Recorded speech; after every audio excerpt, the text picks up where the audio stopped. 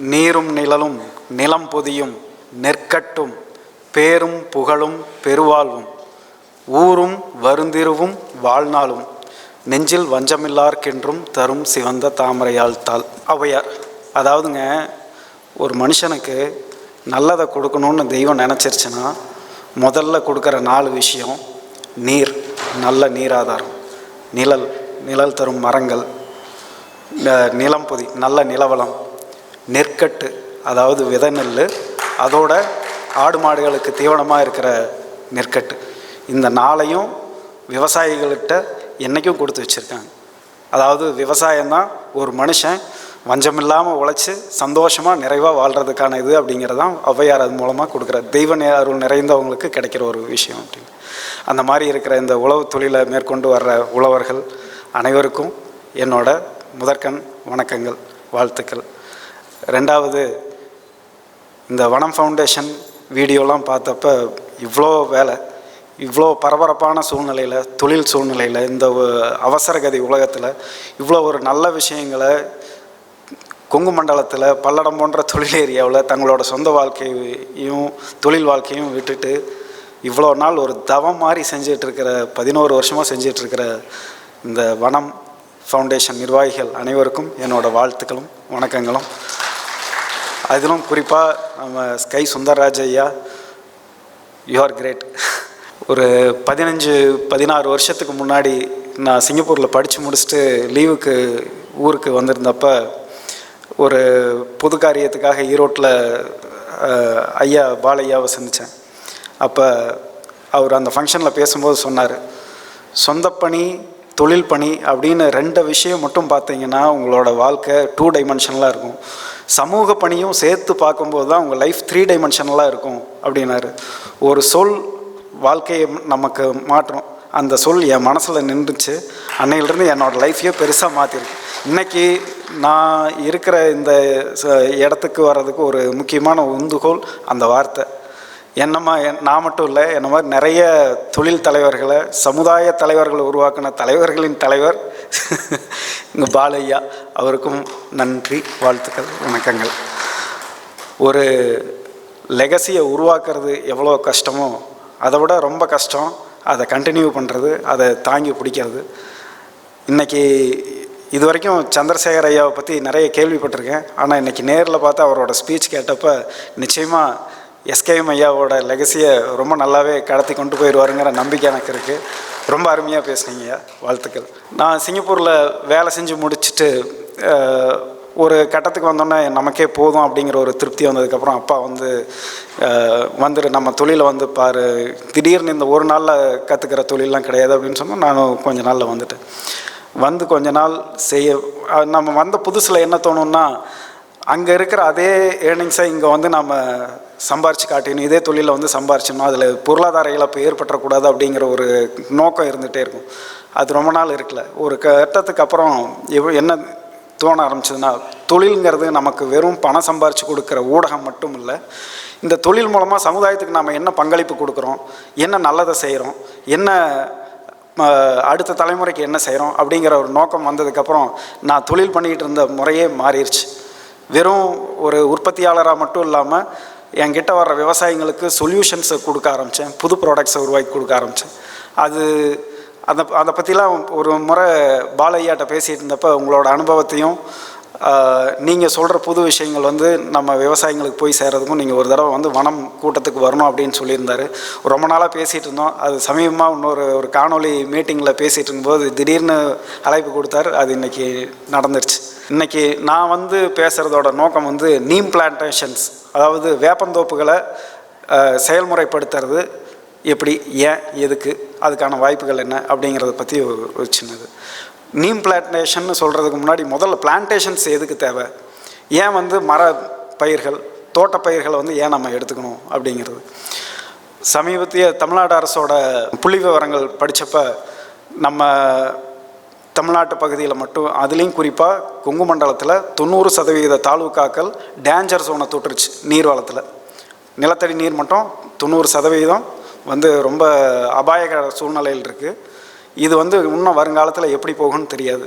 நம்ம பகுதியை பொறுத்த வரைக்கும் தோட்டப்பயிர்கள், மரப்பயிர்கள் அப்படின்னு பார்த்தா தென்னை மரம், இப்போ சமீபமாக பாக்கு அதிகமாக வந்துட்டுருக்கு. இது 2 தான் வந்து மேஜராக நம்ம ஆளுங்க எல்லாம் நம்ம விவசாயிகள் பண்ணிகிட்ருக்காங்க. இப்போ நீர்வளம் குறைஞ்சிட்ருக்கு. 2வது ஆள் பற்றாக்குறை. அதுவும் வந்து நம்ம கொங்கு மண்டலத்தில் பெரிய அளவுக்கு இருக்குது. முன்னாடி வந்து தொழில்துறைக்கு பத்தாமல் வடநாட்டிலேருந்து ஆளுகளை கூட்டிகிட்டு வந்தோம். அதுக்கப்புறம் விவசாய பணி கூட்டிகிட்டு வந்தோம், கட்டிட பணி கூட்டிகிட்டு வந்தோம். இப்போ கல்யாணத்துக்காக மட்டுமே வீட்டை கட்டிக்கிட்டு பசங்களையெல்லாம் சென்னை, பெங்களூருக்கு அனுப்பிச்சிட்டு அந்த வீட்டை நிர்வாகம் பண்ண முடியாமல் அதுக்கு வேலை செய்கிறக்கும் வெளியிலேருந்து ஆள் கூட்டிகிட்டு வர ஆரம்பிச்சிருக்கோம். ஜப்பான், கேரளாவில் எப்படி வந்து நிறைய வீடுகள் காலியாக கிடக்குதோ அந்த மாதிரி நம்ம பல கோடி ரூபா செலவு பண்ணி சிமெண்ட்டு, செங்கல், மரத்தையெல்லாம் அறுத்து கொண்டாந்து கட்டின வீடுகள் எல்லாத்தையும் நிர்வாகம் பண்ணுறதுக்கு வெளியிலேருந்து ஆள்களை கூட்டிகிட்டு வரோம். இப்போ நீர் பற்றாக்குறை, ஆள் பற்றாக்குறை. அப்படியே பெரியவங்க இருந்து நிர்வாகம் பண்ணாலுமே தென்னை பாக்கையெல்லாம் நிர்வாகம் பண்ணுறது, அது ஒவ்வொரு மரத்தையும் கவனித்து அன்றாட போய் அதை பார்த்து நோய் மேலாண்மை இதெல்லாம் பண்ணுறதுக்கு முடியறதில்ல. நிர்வாக பற்றாக்குறை, நீர் பற்றாக்குறை, ஆள் பற்றாக்குறை, நிர்வாகமும் பற்றாக்குறையாக இருக்குது. இந்த மாதிரி சூழ்நிலையில் தென்னை பாக்கு மட்டும் இல்லாமல் புதிய பயிர்கள், மாற்று பயிர்களை நம்ம தேர்ந்தெடுத்து போக வேண்டிய அவசியம் இருக்குது. இப்போ வனம் ஃபவுண்டேஷனோட மரங்கள் இயற்கையை மேம்படுத்துறதுல நம்ம தனி மனிதர்கள், இயக்கங்கள் மட்டும் செயல்பட்டால் பத்தாது, விவசாயிகளையும் அதுக்குள்ளே ஈடுபடுத்தணும். அப்போ அவங்கள ஈடுபடுத்தணும்னா வருமானம் தரக்கூடிய நிறைய புதிய மரப்பயிர்களை உருவாக்கணும். அந்த பலன்களை, அந்த பொருட்களை சந்தைப்படுத்துறதுக்கான மார்க்கெட்டுகளை உருவாக்குனா அவங்களே நிறைய வளர்த்துவாங்க. இன்றைக்கி நாம் சொந்த முயற்சியில் ஒரு சேவையாக செய்கிறது எல்லாரும் தொழிலாக பண்ணாங்கன்னா எவ்வளோ மாற்றம் வரும்னு கொஞ்சம் யோசிச்சு பாருங்கள். நாமக்கல் மாவட்டத்தில் லட்சக்கணக்கான ஏக்கர், கரூர் மாவட்டத்தில் 90% பூமிகள் வந்து காஞ்சு வெறும் மேய்ச்சல் நிலங்களாக மட்டும்தான் இருக்குது. திருப்பூர் மாவட்டத்துலேயும் ஒரு 40% பூமிகள் அப்படி தான் இருக்குது. இந்த மாதிரி இத்தனை பூமிகளையும் மரப்பயிர்களால் நம்ம நிரப்பி பசுமை போர்வையை விரிவாக்க முடியும். அதுக்கு நம்ம இந்த பிளான்டேஷன் கிராப்ஸுக்கு நம்ம போகணும். இதில் வந்து நீம் அப்படிங்கிறது ஒரு முக்கியமானது. இன்றைக்கி ஆராய்ச்சி பேப்பர்கள், ரிசர்ச் பேப்பர்ஸ் வர்றதில் மாதம் குறைந்தபட்சம் ஒரு 20-25 பேப்பர் நீம் சம்மந்தமாக வருது. ஆனால் களத்தில், ஃபீல்டில், விவசாய பூமியில் வந்து பார்த்திங்கன்னா அதோட மாற்றங்கள் எதுவுமே லேப் டு ஃபீல்டு வர்றதே கிடையாது. இன்றைக்கி வரைக்கும் வந்து இங்கே ட்ரீ ஜெனட்டிக்ஸ் மேட்டுப்பாளையத்தில் ட்ரீ ப்ரீடிங் இன்ஸ்டியூட் இருக்குது. அதுலேருந்து ஒரு ஜேம்பிளாசம் கூட ஒரு மேம்படுத்தப்பட்ட வெரைட்டி நீமில் வந்து இன்னும் விவசாயிங்களுக்கு வந்து சேரல. அந்தளவுக்கு வந்து ஒரு வருமானத்தை ஏற்படுத்த முடியாத ஒரு பயிர் இல்லை நீர். இப்போ ஏன் வந்து வேம்பை வந்து இவ்வளோ தூரம் அழுத்தி சொல்கிறோம்னா, வேம்புக்கு வந்து தண்ணீர் தேவை ரொம்ப ரொம்ப குறைவு. நீங்கள் வந்து முதல்ல நெட்டு கொஞ்ச நாள் வளர்த்தி விட்டால் போதும், அது பாட்டுக்கு தானாக வந்துடும். அதுக்கு உரம் தேவையில்லை, பூச்சி கட்டுப்பாடு தேவையில்லை, அதை நிர்வாகம் பண்ணக்கூடிய வேலையும் கிடையாது. வருஷத்தில் ஒரே ஒரு மாதம்தான் நீங்கள் அறுவடைக்குன்னு நம்ம அதுக்கு போக போகிறோம். அதுவுமே வந்து நீங்கள் போய் ஒவ்வொரு பழமாக பொறுக்க தேவையில்லை. அடியில் வந்து ஒரு வலையவோ ஒரு பழைய துணிகளையோ வந்து அடித்து வச்சிட்டோம்னா அது பிடிச்சி இழுத்தோம்னா ஒரே இடத்துல வந்துடும், அப்படியே அள்ளிட்டு வந்துடலாம். நீம், வேர்ல்ட் நீம் ஆர்கனைசேஷன், எங்களோட ஆர்கனைசேஷன் வந்து பராகுவேலையும் பிரேசில்லையும் இந்த மாதிரி வந்து வேப்பந்தோப்புகளை உருவாக்கி கொடுத்துருக்காங்க. இது வந்து செயல்படுத்த முடியாத ஒரு விஷயம் இல்லை, ஆனால் அரசாங்கத்தோட பாராமுகத்தினால இது நமக்கு கிடைக்காம இருக்குது. இப்போ நீம் பிளான்டேஷன்ஸை வந்து நம்ம இவ்வளோ தூரம் அழுத்தி சொல்கிறோம். ஏன்பா இந்த ஒரு பயிரை வச்சு நாளைக்கு விளைவிச்சிட்டு வந்த இதுக்கான பயன்கள் என்ன, இது ரொம்ப நாள் வந்து இதோட தேவைகள் நீடிக்குமா அப்படின்னு பார்த்தா இதோட தேவைகள் அளப்பரியது. இன்றைக்கி இருக்கிற உற்பத்தி, இந்தியாவில் இருக்கிற மொத்த வேப்பங்கொட்டைகள், வேப்ப விதைகள் சேகரிப்பு எவ்வளோ இருக்கோ அது மாதிரி இன்னும் 5 மடங்கு உற்பத்தி கிடச்சதுன்னா கூட இந்தியாவோட தேவைகளை மட்டும் பூர்த்தி பண்ண முடியாது. இந்தியாவுக்குள்ளேயே அவ்வளவு தேவைகள் இருக்குது. அத்தனை தேவைகளையும் வந்து இன்றைக்கி இருக்கிறதுல வந்து கலப்பட பொருளால் மட்டும்தான் எல்லாம் நிரப்பிக்கிட்டு இருக்காங்க. அவ்வளோ தேவைகள் இருக்குது. அது இல்லாமல் வெளிநாட்டில் நாம் என்றைக்கோ வந்து வேப்பெண்ணெய், வேப்ப முன்னாக்கிலாம் கைவிட்டுட்டோம். 84 பசுமை புரட்சி வந்தோடனே வந்து இந்த பழைய இயற்கை பொருட்கள் எல்லாம் நிறையவே கைவிட்டோம். ஆனால் வெளிநாடுகளில் ஆர்கானிக் ஃபார்மிங்க்கு வேப்பெண்ணையும் வேப்ப முன்னாக்கும் இல்லாமல் அவங்களால வந்து ஆர்கானிக் ப்ராடக்ட்ஸை விளைவிச்சு கொண்டாடவே முடியாது. இங்கேருந்து உற்பத்தி ஆகிற அத்தனை நல்ல பொருளும் நம்ம குறுக்குமீன் மாதிரி வெளிநாட்டுக்கு தான் ஃபுல்லாக போயிட்டுருக்கு. எங்கள் நீம் இண்டஸ்ட்ரியை வந்து எக்ஸ்போர்ட்டை நம்பி தான் சர்வைவ் ஆகிட்டுருக்கு. என்ன காரணம்னா நம்ம விவசாயிங்களுக்கு நம்ம பொருளோட மதிப்பு தெரியல. இன்றைக்கி தென்னை விவசாயிகளுக்கு வந்து இன்றைக்கி இருக்கிற வருமானம் ஆர்கானிக் சர்டிஃபிகேஷன் வாங்கி ஆர்கானிக் சர்டிஃபைடு கோகனட் அப்படின்னு வந்ததுன்னா இது 2 மடங்கு 3 மடங்கு விலை கொடுத்து வாங்க தயாராக இருக்காங்க. அதுக்கு நம்ம செய்ய வேண்டிய ஒரே விஷயம் நம்ம இது வந்து ஆர்கானிக் பொருளாக மாற்றுறது தான். இப்போ எந்தெந்த விஷயத்தில் வந்து நீம் தேவைப்படுது? முன்னாடி வேம்புன்னு சொன்னாலே நமக்கு கிராமத்திலேருந்து எல்லாருக்குமே நல்லா தெரியும். மருத்துவத்தில் தான் அதோட முதல் பயன்பாடு. வேம்புங்கிறது வில்லேஜ் ஃபார்மசின்னு சொல்லுவாங்க. அந்த காலத்தில் ஆயுர்வேத மருத்துவத்தில் இருக்கிற 50% மருந்துகளில் வேம்பு அவசியம் கலந்துருக்கும். சுஸ்ருத சம்ஹிதை, பிருகத் சம்ஹிதை, சரக சம்ஹிதை எல்லாத்துலேயுமே வேம்பு பற்றி ரொம்ப உயர்வாக சொல்லியிருக்காங்க. ஒரு சில பேருக்கு வந்து வேம்பில் உங்கள் உடம்புல என்ன நோய் இருக்குதுன்னு சரியாக கண்டுபிடிக்க முடியலைன்னா கூட 48 நாள் வேப்பந்தலையை சாப்பிட கொடுத்தாலே அவங்க அந்த நோயிலிருந்து மீண்டு வந்துடுவாங்க. அந்தளவுக்கு வேம்பில் வந்து மருத்துவ குணங்கள் இருக்குது.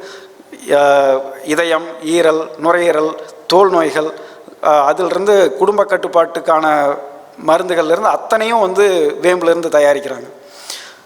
கால்நடை மருந்துகள். மகாபாரதத்தில் நகுலனும் சகாதேவனும் அந்த அஞ்ஞாதவாசம் போய் விராட தேசத்தில் மறைஞ்சு வாழ்ந்துட்டுருப்பாங்க. அப்போ நகுலனும் சகாதேவனும் குதிரையும் பசுக்களையும் நிர்வாகம் பண்ணுற வேலையை எடுத்து வந்திருப்பாங்க. அதில் வந்து மகாபாரதத்திலே சொல்லியிருப்பாங்க, வேப்பம் தலைகளை பயன்படுத்தி தான் வந்து அவங்க அந்த குதிரைகளையும் மாடுகளையும் வந்து குணப்படுத்திட்டு வந்தாங்க அப்படின்னு. இன்றைக்கி வரைக்கும் பசுக்களோட இந்த மடி நோய், அம்மை, இது எல்லாத்துக்கும் வேப்பெண்ணையும் வேப்பத்துக்களை தான் பயன்படுத்திட்டு வர்றோம். கால்நடை மருத்துவத்தில். 3வது நம்ம விவசாயத்தில், இயற்கை விவசாயத்தில் நூற்புழு கட்டுப்பாடு, வேர்ப்புழு கட்டுப்பாடு, அதோட இயற்கை உரமாக இருக்கிறதுல வேப்ப முன்னாக்கு தான் நம்பர் 1.